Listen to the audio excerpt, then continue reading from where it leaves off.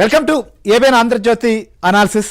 ఆంధ్రప్రదేశ్లో ముఖ్యంగా ఉత్తరాంధ్ర పరిధిలో శ్రీకాకుళంలో దాదాపు 4 కోట్ల రూపాయల విలువ చేసేటువంటి భూమి విషయం పైన తమ్మినేని సీతారాం మాజీ స్పీకర్ కుటుంబం పైన ఆయన పైన వచ్చినటువంటి ఆరోపణల విషయంలో ఇవాళ హైకోర్టు కీలక ఆదేశాలు కూడా ఇచ్చింది. సో ఇప్పటి వరకు ఆయన ఏదైతే దాదాపు 4 కోట్ల విలువైనటువంటి భూమి సంబంధించిన వ్యవహారంలో కుట్రపూరితంగా దాన్ని వారు సొంతం చేసుకున్నారు అనేటువంటిది ప్రధానమైనటువంటి ఆరోపణ.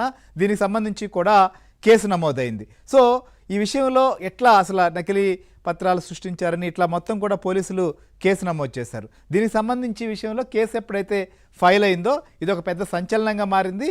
సో అప్పటి నుంచి కూడా తమ్మినేని సీతారాం ఎక్కడున్నారు అనేటువంటి విషయం ఇప్పటి వరకు ఎవరికీ తెలియదు. సో మరోవైపు బెయిల్ కోసం, ముందస్తు బెయిల్ కోసం వీరు అప్లై చేసుకున్నటువంటి పరిస్థితి. అయితే ఈ నేపథ్యంలో సో ఆయన కోసం ఒకవైపు పోలీసులు ఎక్కడున్నారు అనేటువంటి విచారణ కొనసాగిస్తూనే వచ్చారు. ఇంకోవైపు దీనికి సంబంధించినటువంటి విచారణ కూడా జరిగింది. అయితే ప్రస్తుతం ఈ కేసుకు సంబంధించిన విషయంలో తమ్మినేని కుమారుడు వెంకట శ్రీరామ్ సంబంధించినటువంటి ముందస్తు బెయిల్ పిటిషన్ సంబంధించి నిరాకరించింది. అయితే ఈయన ఖచ్చితంగా ఈ నెల 29వ తేదీన విచారణకు హాజరు కావాలి అనేటువంటి విషయాన్ని మాత్రం కోర్టు స్పష్టం చేసింది. సో ఈ కేసు సంబంధించినటువంటి విషయంలో విచారణ ఎదుర్కోవాల్సినటువంటి పరిస్థితి ఉండబోతోంది. సో అసలు ఈ యొక్క భూకుంభకోణానికి సంబంధించినటువంటి వ్యవహారం ఇంతలా సంచలనం కావడానికి అసలు దీంట్లో ఏం జరిగింది, ఎఫ్ఐఆర్లో పేర్కొన్నటువంటి ప్రధానమైనటువంటి అంశాలేంటి, సో మాజీ స్పీకర్ తమ్మినేని కావచ్చు వారి కుటుంబ సభ్యులపైన వచ్చినటువంటి ప్రధానమైనటువంటి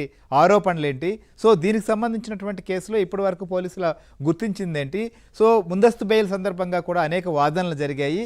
సో వీటి నేపథ్యంలో ప్రస్తుతం ఈ నిర్ణయానికి సంబంధించినటువంటి విషయం, ఎందుకంటే ముందస్తు బెయిల్ పిటిషన్ పైన పూర్తిగా అంటే దీనికి సంబంధించినటువంటి ఇవాళ వచ్చినటువంటి నిర్ణయం ఏంటి అనే దానిపైన కూడా మనం ఒకసారి అనాలిసిస్ చేద్దాం. మనతో పాటు మా ఏపీ బ్యూరో చీఫ్ రామారావు లైవ్లో సిద్ధంగా ఉన్నారు. అలానే శ్రీకాకుళం నుంచి కూడా మా ప్రతినిధి రమేష్ మనతో పాటు లైవ్లో సిద్ధంగా ఉన్నారు. సో గుడ్ ఈవినింగ్ రామారావు, ఏంటి ఇవాళ హైకోర్టులో వచ్చినటువంటి ఆదేశాలు ఏంటి,